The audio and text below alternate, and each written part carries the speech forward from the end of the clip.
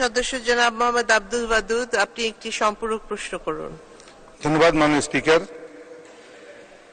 মাননীয় মন্ত্রী মহোদয় রাজশাহী বিমানবন্দরের উন্নয়ন এবং কার্যক্রম সম্পর্কে বিস্তারিত বলেছেন।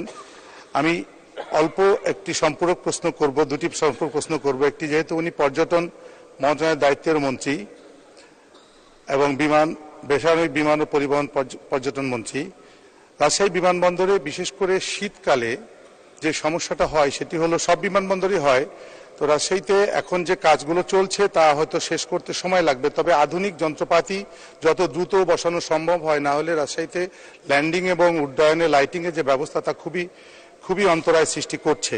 সাথে সাথে আমি আরেকটি কথা বলবো যে আমার নির্বাচনী এলাকা পুঠিয়া, দুর্গাপুরের পুঠিয়ায় একটি সুপ্রাচীন রাজবাড়ি রয়েছে, লস্করপুর মহারাজার বিশাল রাজবাড়ি, যা বাংলাদেশের আমার ধারণা সর্ববৃহৎ একটি রাজবাড়ি, যার রক্ষণাবেক্ষণের অভাবে ধ্বংস হয়ে গেছিল প্রায়।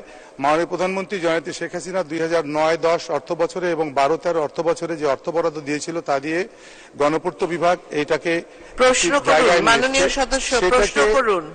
মাননীয় স্পিকার, আমি বলছি সেটি হলো যে পর্যটন কেন্দ্র করার কোনো চিন্তা আপনি করবেন কিনা পুঠিয়া রাজবাড়ি কেন্দ্র করে। ধন্যবাদ মাননীয় সদস্য। মাননীয় মন্ত্রী।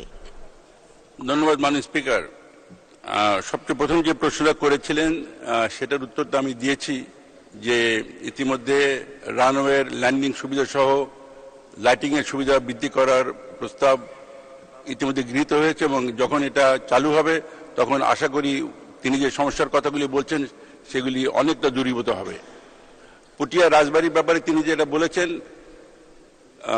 মাননীয় সদস্য তার প্রশ্নের মধ্যেই বলেছেন যে এটা গৃহায়ণ মন্ত্রণালয়ের অধীনে, সুতরাং এটাকে যদি পর্যটন কেন্দ্রের আওতা আনতে হয় সেক্ষেত্রে আমরা আন্তঃমন্ত্রণালয়ে আলোচনা করে এটাকে, পৃথিবীর বিভিন্ন দেশে এই ধরনের রাজবাড়িকে হোটেল বা এই ধরনের ইসে রূপান্তর করা হয়েছে, সেই ব্যাপারে আমরা আলোচনা করে বিবেচনা করব।